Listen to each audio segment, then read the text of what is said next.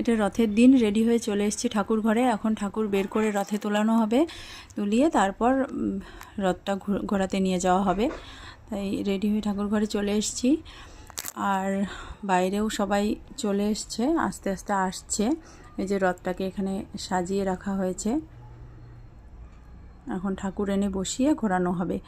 আর এখানে দুই ভাস্তা জগন্নাথ বলরাম সুভদ্রাকে তুলছে, আর মা এখানে চালুনি নিয়ে আছে। আর আমার মেয়ে যেহেতু ছোট, তাই ও শুধুমাত্র গোপুসোনাকে নিয়েছে, আর ওর দাদারা বড় ঠাকুর নিয়েছে, জগন্নাথ বলরাম সুভদ্রাকে নিয়েছে।